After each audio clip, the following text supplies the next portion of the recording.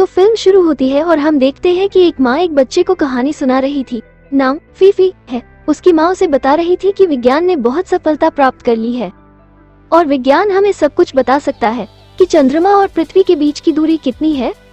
इसका मतलब है कि पृथ्वी चंद्रमा से कितनी दूर है। वो उसे चंद्रमा की देवी के बारे में भी बताती है। उसके पिता भी वहीं बैठे थे। वो उससे पूछता है कि क्या वो उसे चंद्र विज्ञान के बारे में बता सकता है।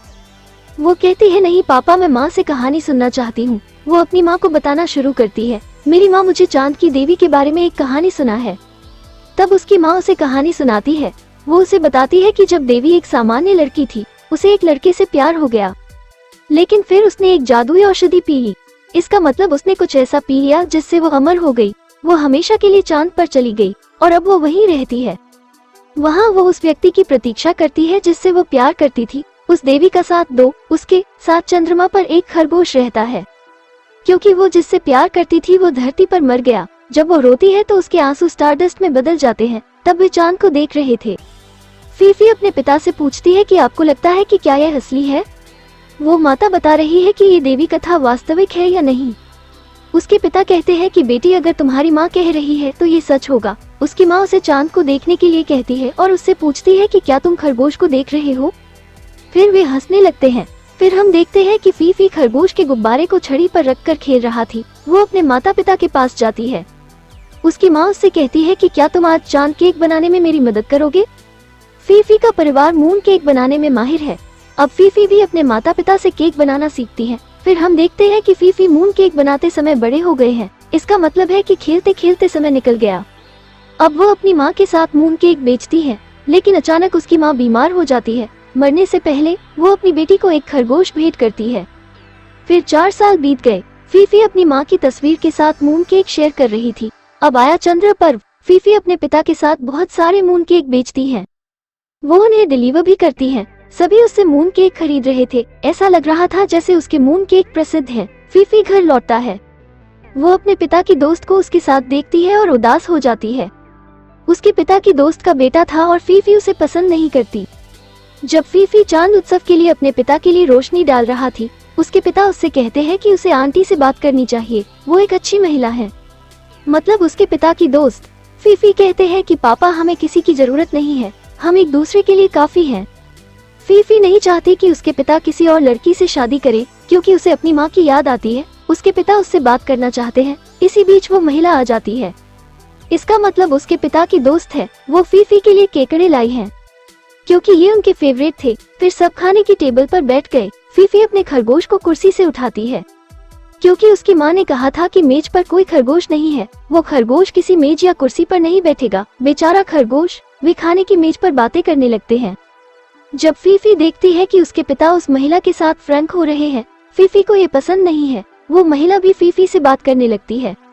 वो कहती है कि तुम्हारे पिता ने मुझसे कहा था कि तुम्हें देवी से मिलने का शौक है। यहीं से वे चंद्रमा की देवी के बारे में बात करने लगते हैं। वे सभी कहते हैं कि यह एक मूर्खतापूर्ण कहानी है, लेकिन फीफी को लगता है कि यह सच है। वो अपने पापा से पूछती है कि क्या आपको भी ऐसा लगता है। उसके पिता चुप रहते हैं।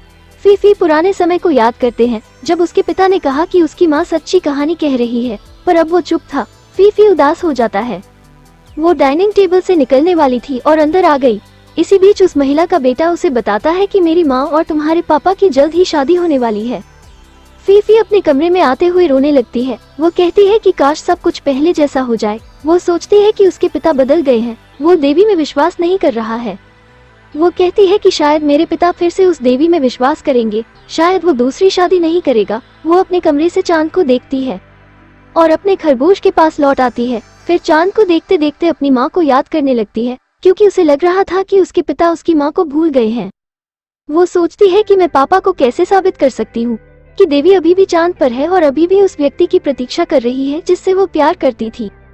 क्योंकि चांद यहाँ से 30 लाख किलोमीटर दूर है, वो सोचती है कि क्या मैं रॉकेट बनाते समय चांद पर जा सकती हूँ ताकि मैं देवी से मिल सकूं और मैं साबित कर दूंगा कि यह सच है।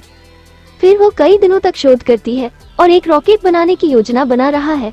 फीफी कई चीजों का आदेश देता है और वो रॉकेट पर प्रयोग करती है, लेकिन कोई रॉकेट चांद तक नहीं पहुंच सका। फिर वो खरगोश के आकार का रॉकेट तैयार करती है। वो चांद पर जाने के लिए अपने खरगोश के साथ उसमें बैठती है। जब वो शुरू करती है तो रॉकेट योजना घोंघे की तुलना में धीमी गति से चलती है, लेकिन ये चल रहा था। धीरे धीरे ये तेजी से चलता है। अब फीफी चांद के पास थी, लेकिन तभी अचानक रॉकेट का ईंधन खत्म हो जाता है। वे पीछे गिरने लगते हैं। फिर वो अपने पिता के दोस्त के बेटे की आवाज सुनती है। वो उससे कहती है कि तुम भी यही हो, मैंने आपके वजन की गणना नहीं की। रॉकेट विमान नीचे की ओर जा रहा था, तभी अचानक एक हल्की सी किरण आती है और रॉकेट फिर से ऊपर की ओर यात्रा करने लगता है। शायद ये चंद्रमा का आकर्षण प्रकाश था। तभी कुछ एलियंस उनके रॉकेट पर अटैक कर देते हैं। रॉकेट घूमने लगता है, लेकिन अंत में ये चंद्रमा पर उतरता है। फिर एलियन फीफी और उस महिला के बेटे को उड़ाते हुए एक खूबसूरत महल में ले जाते हैं। फिर बात करने वाले मून केक वहां पहुंचते हैं। इसका मतलब मून केक है जो बात कर सकता है। वे उनका स्वागत करते हैं। वे उन्हें पार्टी में ले जाते हैं। वो देवी उस पार्टी में गाना गा रही थी। खरगोश भी वही था। फीफी और वो बच्चा इसका बहुत आनंद लेते हैं। फीफी ने उस चंद्र देवी को गले लगाया। इसका मतलब है कि वो अपनी बाहें उसके चारों ओर घुमाती है। देवी उससे पूछती है कि वो मेरे लिए क्या उपहार लाए हैं, लेकिन फीफी वास्तव में कोई उपहार नहीं लाए। वो कहती है कि मैं तुम्हारे साथ एक तस्वीर लेना चाहती हूँ। मेरे पिता को साबित करने के लिए वो उसके साथ एक तस्वीर लेती है। वो कहती है कि आपको ये तस्वीर मिल सकती है, लेकिन एक शर्त है। शर्त यह है कि खोजो और मेरे लिए उपहार लाओ। अब उपहार की तलाश करने का समय आ गया है। फीफी मून चिक्स के साथ एक सवारी में शामिल होता है। उस महिला का बेटा तस्वीर लेने की कोशिश करता है और वो एक जगह में कैद हो जाता है। इसका मतलब है कि वो बिना उपहार के तस्वीरें लेना चाहता है। देवी उदास हो जाती है कि वो उस व्यक्ति से नहीं मिल सकती थी जिसे वो पसंद करती थी। वहाँ चांद की सड़कों पर बारिश होने लगती है। फीफी को इसकी वजह से मुश्किल का सामना करना पड़ता है, लेकिन आखिर में वो चांद की दूसरी तरफ उतर जाती है। उसे रॉकेट जहाज से एक देवी गुड़िया मिलती है जो उनकी माँ ने दिया था। मुर्गियाँ उससे छीन लेती हैं, क्योंकि जो कोई भी देवी को उपहार देगा वो उसकी मनोकामना पूरी करेगी। फीफी वहाँ अकेला रह गया। उधर खरगोश उस जादुई औषधि को तैयार कर रहा था, वो औषधि जो देवी को चाहिए। वो देवी का खरगोश था। फीफी एक कुत्ता पाता है। वो उस पर सवार होकर उन मुर्गियों के पीछे पीछे चलती है। मुर्गियाँ उसका उपहार छीनते हुए दौड़ती हैं। आगे जाकर वो उन मुर्गियों से अपनी गुड़िया छीन लेती है। मुर्गियाँ फिर उसका पीछा करती है और गुड़िया को नोचते हुए आंसू बहाती है। दुखी होते हुए फीफी बैठ जाता है, क्योंकि उसे लगता है कि यह तोहफा उसके पिता को फिर से शादी करने से रोकेगा। जब फीफी को भूख लगती है तो वो मून केक खाना शुरू कर देती है। उन्हें उनके पास से लॉकेट का टूटा हुआ टुकड़ा मिला। वो चंद्रमा पर हर चीज से जुड़ सकता है। वो समझती है कि यह एक उपहार है। वो तुरंत उस देवी को देने के लिए दौड़ती है। उस टुकड़े को पाकर वो देवी प्रसन्न हो जाती है। अपने टुकड़े और लॉकेट के दूसरे टुकड़े को जोड़ते हुए वो उस जादुई औषधि को फेंक देती है, ताकि जिससे वो प्यार करती थी वो वापस आ सके। तब दृश्य हरा हो जाता है। देवी युवा हो जाती है। जिसे वो पसंद करती थी वो वापस आ जाता है। वे मिले, लेकिन तभी उसका प्रेमी कहता है कि तुम्हें खुद पर काबू रखना होगा, क्योंकि मैं दोबारा नहीं आ सकता।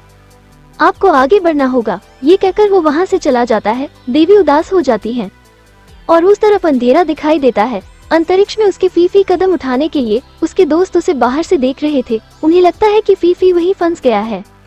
मेनस वो वहीं फंस गई है। अब वो देवी फीफी को आगे बढ़ने के लिए कहती है, नहीं तो तुम मेरी तरह अकेली रह जाओगी। और सुनो, अगर तुम अपनी माँ को याद करते हो तो याद रखना वो हमेशा तुम्हारे साथ है। उसने आपको नहीं छोड़ा। अब उस महिला का बेटा फीफी को लेकर चिंतित था। वो उस बाधा को पार करता है। वो फीफी से कहता है कि इसे छोड़ दो, हमें अब घर जाना चाहिए। फीफी भी उस देवी से कहता है कि जिसे तूने चाहा वो चला गया, लेकिन उसकी आत्मा आपके साथ है, इसलिए दुखी मत होइए। आप शानदार हैं। सभी चंद्रमा जीव देवी को गले लगाने और प्यार करने आते हैं और वो स्थान फिर से उजला हो जाता है। फीफी उस कुत्ते को अलविदा कहते हैं। वो अपने खरगोश को वहीं छोड़ देती है, क्योंकि ये देवी के खरगोश का मित्र बन जाता है। मून देवी उस तस्वीर को फीफी को देती है कि वो उनके साथ क्लिक करती है। वापस लौटने के लिए फीफी उस महिला के बेटे के साथ उन एलियंस पर बैठता है।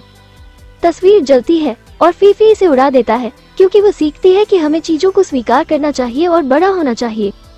अगर कोई आप पर विश्वास नहीं करता है तो उसे उसकी सोच के साथ छोड़ दे। वो घर लौटती है। उसके पिता फिर से शादी कर लेते हैं। फिर अंतिम दृश्य में हम देखते हैं कि फीफी और उस महिला का बेटा एक साथ खेल रहे थे। इसका मतलब अब वे भी दोस्त बन गए हैं। अंत में हमें दिखाया गया है कि चंद्र उत्सव की तैयारी चल रही थी और सब लोग रात का खाना बना रहे थे। फिर सबने साथ में डिनर किया और खुश नजर आ रहे थे। फीफी भी अपनी नई माँ के साथ डिनर कर रही थी और पिता यानी अपने माता पिता के साथ। फिर फीफी अपने पिता के साथ पूर्णिमा को देखती है। जब वो सारसों को उड़ते हुए देखती है तो उसे लगता है कि देवी उससे मिलने आई है। फिर वे सारस चंद्रमा की ओर उड़ते हैं और इसके साथ फिल्म